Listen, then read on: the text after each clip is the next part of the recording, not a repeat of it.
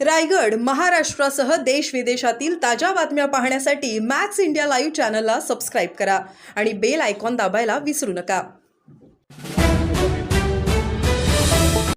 मागच्या 2 दिवसांपासून दौऱ्यावर आहात.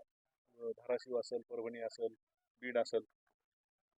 गोरगरिबांच्या कार्यक्रमात जायला लागतं. ज्यावेळेस आपण सामाजिक काम करतो, आपण राजकीय करत नाही, तर अपेक्षा असतात तिथपर्यंत जायलाच लागतं.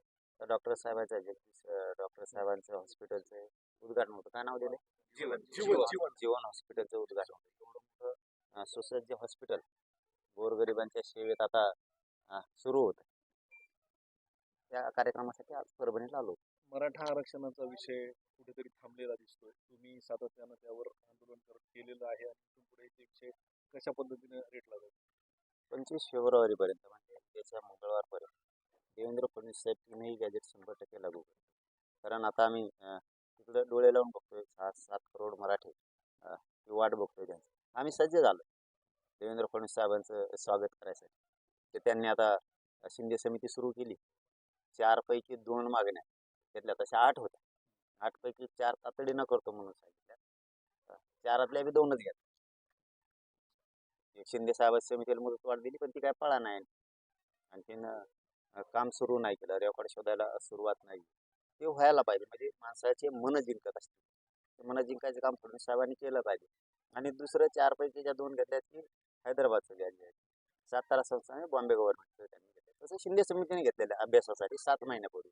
आता सरकारला अभ्यास करायचा त्याच्यावर गरज नाही, कारण जो कायदा बनवते त्या समितीने किंवा त्या आयोगाने ते घेतलं पाहिजे, हे महत्त्वाचं असतं. तर ते त्यांनी घेतलेले 7 महिन्यापूर्वी. तर तरी बी ह्या मंगळवारी कालच्या होईल असं वाटलं होतं, पण नाही झालं.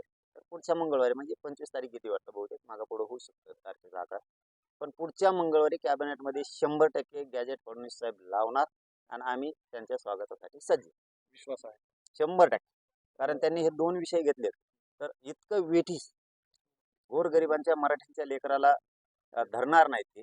आणि काय असतं माहिती आहे का, शेवटी जिथं भविष्य लेकरांना आजमावायचं असतं तिथं जात सत्ताधाऱ्यांना बघून नाही चालत किंवा त्यांना भेद नाही करता येत. आणि आम्हाला वाटतं की फडणवीस साहेब भेद नाही करणार, तिरस्कार बी नाही करणार, मराठ्यांच्या पोराला हिणवणार बी नाही आणि खुशीपणानं मराठ्यांच्या गोरगरिबांच्या लेकराकडं, पोराकडं, पोरीकडं बघणार नाही. या 25 फेब्रुवारीला 100% गॅजेट ते लागू करणार आणि 3 महिन्यांनी सगळ्या सोयींची अंमलबजावणी करणार. संतोष देशमुख खून प्रकरणानंतर ज्यावेळेस आता सुरेश धस आणि धनंजय मुंडे यांच्या भेटीची गोष्ट बाहेर आली, तर संपूर्ण मराठा समाजामध्ये जे आहे ते आता अविश्वास निर्माण झाला. प्रकरणाला न्याय मिळेल का, पुढे काय नाही? अविश्वास नसता झाला बरं का, पण काय असतं, भोळा समाज, सत्य आहे, खूप दयाळू आहे मराठा समाज आणि सरळ आहे. ते आपलं देतं विश्वास टाकून घेऊ माणूस चांगलं काम करतो. जसं की माझ्या गोरगरीब मराठ्यांनी माझ्यावरती विश्वास टाकला, मी 1 इंच सुद्धा मागं पुढं नाही सारखं. सपोज सांगतो, मी कसलेच कोणचे सेटलमेंट का काय म्हणते ते नाही, मॅनेज नाही, फुटलो नाही, कोणाच्या दाराला शिवलो नाही, मंत्रालयापर्यंत आतापर्यंत गेलो नाही. काय बोलायचं ते व्यासपीठावरतीच बोललो समाजासमोर.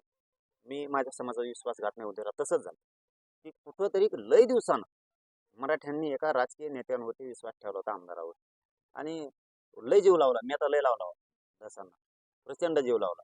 वाटतच नव्हतं असं होईल. त्याला काय झालं एवढं भेटायला त्याला काय झालं? उलट त्यांनी असं करायला पाहिजे होतं, जर त्यांच्यावरती दबाव असला पक्षाचा की तू तिथं जाय, त्या धनंजय मुंडेकडे जाय, त्याची भेट घे आणि जरा ते मिटतंय का बघ, मिटून घे, असं सांगितलं जणून काय अध्यक्ष बावनकुळे साहेबांनी सांगितलं ते मिटून घे.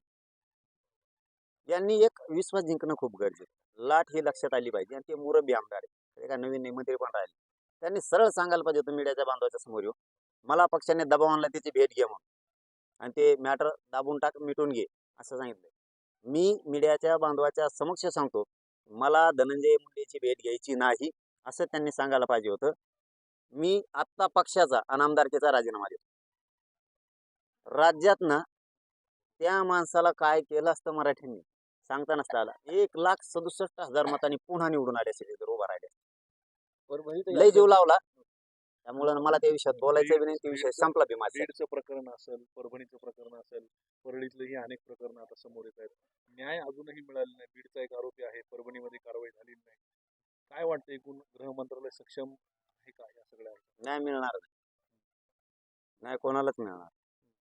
जर तुम्ही लोकांना येड्यात काढणार असला तर न्याय मिळणार नाही. ना सोमनाथ सूर्यवंशीला मिळणार, ना वाकोडींना मिळणार, ना ते मुंडेचे 2-3 मर्डर झाले त्यांना मिळणार, ना संतोष भायांना देशमुखांना मिळणार. न्याय मिळणार नाही. कारण यांनी कोणाला आणखी संतोष भाईच्या मॅटरमध्ये सहआरोपी केलं. चार्जशीटमध्ये आणखीन मोबाईल आला नाही. त्यांना कोणी सांभाळलं ते पण नाही आलं. त्यांनी कुठे घरी ठेवलं ते पण सहआरोपी नाही केले.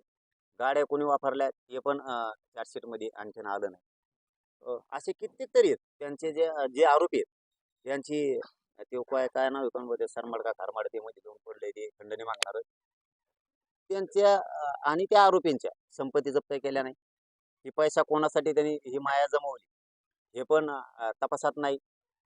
म्हणून हे मॅटर असं वाटतंय की हे आरोपी सुटतील कारण ते ईडी चौकशी आतापर्यंत लागायला पाहिजे. साध्या साध्या पोराच्या मागे पोलीस लागत होतो. साधे एक कमेंट टाकली होती आमच्या एका पोरानं तर ते 8 महिने मुंबईला होतं जेलमध्ये.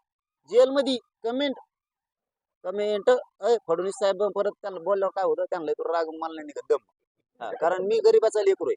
मला एखाद्या गरीबाला फसवलं ना तर मला लई होतं. आजचं एक प्रकरण सांगतो तुम्हाला. मी कमून लक्ष द्या म्हणतो गरीबाकडे बघा. हे बघा लमाणी समाजाचं म्हणजे बंजारा बांधवाचं एक ऊस तोडून येत होते गावाकडे आणि करंजीच्या घाटात म्हणजे पाथर्डीला दोघंही नवरा बायको त्या ॲक्सिडेंटमध्ये वारले. एक मुलगी 2 मुले बारीक बारीक लिंबाखाली बसलेले होते. आम्ही आता भेटून आलो तिथून त्यांना. इतकी वाईट परिस्थिती सरकारनं अशा लोकांकडे बघितलं पाहिजे. कुणी नाही फक्त आजी. त्या लेकरांना सांभाळायला आता आजी ती आजी असं सांगत होत्या की ऊस तोडून माझं पोरग हे लेकराचं पोट भरीत होतं. पोट म्हणे ती पोट भरत होतं. इतकी विदारक परिस्थिती. सरकार अशाकडे बघणार नाही. आम्ही योगायोगानं ते मंत्री संजय राठोड साहेबाला फोन लावला. बाबा अशी अशी घटना झाली तुम्हाला लक्ष त्याच्यात घालायला लागणार आहे आत्ता लगेच. मी दादा भुसे साहेबांनाही बोलतो आणि मुख्यमंत्री कार्यालयाला सुद्धा बोलतो या कुटुंबाला आधार देणं गरजेचं आहे. तर संजय राठोड साहेबांनी मंत्री महोदयाने तातडीनं फोन लावलाय त्या कुटुंबाला. भेटीलाही जातो आणि आम्ही पूर्ण ताकदीनं मदत करतो. हे उभा करणं गरजेचं सरकारनं हे मन जिंकणं गरजेचं. हे असं करत नाहीत. एक आरोपी सोडून देणार आता आणि मग मराठ्यात आणि जनतेत उद्रेक होणार. बरं एक प्रश्न असा आहे की आता इतके दिवस शिंदे मुख्यमंत्री होते आता देवेंद्र फडणवीस आहेत. मग 2 उपमुख्यमंत्री मराठा समाजाचे असताना आरक्षणाच्या विषयावर हा विषय का बैठकांमध्ये येत नाही किंवा सोडवला जात नाही? तसं नाही दादा ते हे कासर आहे फडणवीस साहेबांचा. मुख्यमंत्री असू द्या आणि उपमुख्यमंत्री असू द्या नाही ते कुणी असं गावात नसतं एखादा सरपंच असतो आणि उपसरपंच सगळं कारभार आहे तिथं. तसं खेळ गेल्या वर्षी तेच होती आता तेच फक्त खांदे बदलले. पहिले तर नांगराला बघा असं गावाला आमच्या खेड्यातही बघा नांगराचे खांदे बदले दुपारून घेऊन दुपारून ठेव. पहिले ते होते आता हेच आले सारखेच आहे सगळे. हे कोणी असं काहीच नाहीये. पहिले त्यांचं आता सरकार होतं आता पण त्यांच्याच आहे. धनंजय मुंडेंच्या राजीनाम्या संदर्भामध्ये वेगवेगळे खुलासे येत आहेत. म्हणजे ते राजीनामा द्यायला तयार नाहीत. आजही अंजली दमाने यांनी मोठा घोटाळा जे आहे 200 कोटींचा बाहेर काढलेला आहे. ते लईच लापट दिसतंय.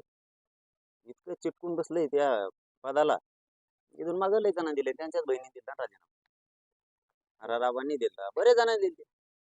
मग जर आपल्याला त्या जनतेनं त्याच्यावरती बसवले त्यांचीच जरी इच्छा असेल तू दिलं पाहिजे तर द्यायला पाहिजे. कशाला घेऊन बसायचं त्याला चिटकून. एवढं हापापलेलं नाही पाहिजे. ते लयच हापापलेलं दिसतंय पैशाला आणि पदाला आणि राजकारणाला या 3 गोष्टीला. जाती फितील नाही जनतेला नाही त्याला काही कळत नाही. जात नाही धर्म नाही काय नाही काय नाही. फक्त माणसं मारू मारू टाकी ते कारमाड का सरमाड हाताखाली धरलं त्याला इतक्या नोटा कामाला लावल्या 10-15 कणगी भरत्यान भाऊ इतके पैसे काय करा त्याला इतके एकट्याला. इतके त्याचे पैसेच नाही ते मंत्र्याचे पैसे. ती चौकशी व्हायला पाहिजे. ती ईडी चौकशी तिथं लागायला पाहिजे. त्यामुळे ते लालची माणसं बघा जनतेचं देणं घेणं नसतं यांना. जातीचंही देणं घेणं नसतं. त्यांना फक्त पैसा आणि पदं लागतात आणि तेवढंच काम त्यांनी केलं. बरं आपण त्यांच्यावर आरोप करतात ते उत्तर देतात पण जे मूळ प्रश्न आहेत संतोष देशमुख असेल सोमनाथ सूर्यवंशी असेल हे मुद्दे बाजूला पडत आहे हे मीडिया राहील वाटते का? अरे दादा असं होऊ शकत नाही. ते काय बाजूला पडत आहे. सोमनाथ सूर्यवंशीचं असो धनंजय आपले संतोषभाई देशमुखांचं असो मागं पडत नसतं. आम्ही आहेत ना. आम्ही काय आले चाललंय तर चाललंय चल करतेच भाऊ हे बिचारे. सगळ्यातच आपण असं असं काही नाही. कुणीतरी प्रामाणिकपणानं काम करताय ना करू द्यायचं. आम्ही खरंच सरळ आहेत. फक्त आमच्या सरळपणाचा ते फायदा उचलायला लागले. मॅटर दबत नसतं. कोणी पण येऊ द्या. त्या दिवशी वेळी आता काय काय म्हणतात ना मराठ्या मागं नाही राहिले पुढं नाही राहिले असं आणते शेंगा आणते तिकडे बसले ते पुंग्या सोडून येईल. त्यांनी टोळी जमा केली देते सोडून मागं नाही रोज लाख लोक घेऊन येऊ का माझ्या संगत. ज्या दिवशी दाखवा ते लोकसभा झाल्या असंच म्हणले होते याच्या मागे कोणीच नाही राहिले. नारायणगडावर जमले बोलायचंच बंद केलं नको म्हणले बेकार आहे ते मराठी लोक या काही मराठ्याचा नाद नाही करायचा नाद लागल्यावर. आता पुन्हा एकदा आता हे बुळबुळ चालू केलं तर आम्हाला दाखवा लागतो कोण झटका एखादी बरा. चलो धन्यवाद.